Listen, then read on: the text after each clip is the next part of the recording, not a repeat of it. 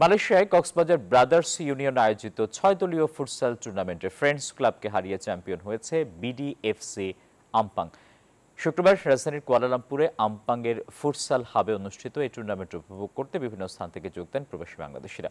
এ ধরনের আয়োজন সৌহার্দ্য সম্প্রীতির বন্ধন দৃঢ় করবে বলে মন্তব্য করেন অতিথিরা। ফুটবলের ছোট সংস্করণের এ আয়োজন হয়ে ওঠে প্রবাসীদের মিলন মেলা। শুধু কুয়ালালামপুর নয়, এদিন খেলা উপভোগ করতে অন্যান্য রাজ্য থেকেও প্রবাসী বাংলাদেশিরা ছুটে আসেন। টুর্নামেন্টে বিজয়ী দলকে ক্রেস্টো ৬০,০০০ টাকা ও রানার্স আপ দলকে ক্রেস্টো ৩৬,০০০ টাকা দেওয়া হয়।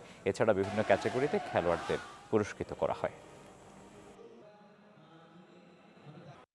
কক্সবাজার ব্রাদার্স ইউনিয়ন কর্তৃক আয়োজিত আজকের ৮ দলীয় ফুটবল টুর্নামেন্টের ফাইনাল খেলা শেষ।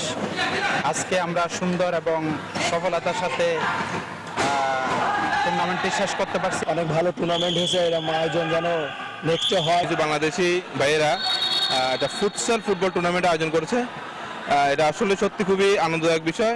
এই ধরনের খেলাধুলা সবসময় আয়োজন করলে আমরা অত্যন্ত সতেজভাবে থাকতে পারে আমাদের লোকজন।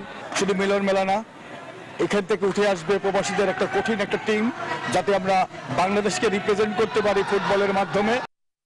বান্ডেল থাকলে প্রতি সেনমানিতে টাকা বাঁচবে। বিকাশ সেনমানি বান্ডেল কিনে জিতুন প্রতি লেনদেনে।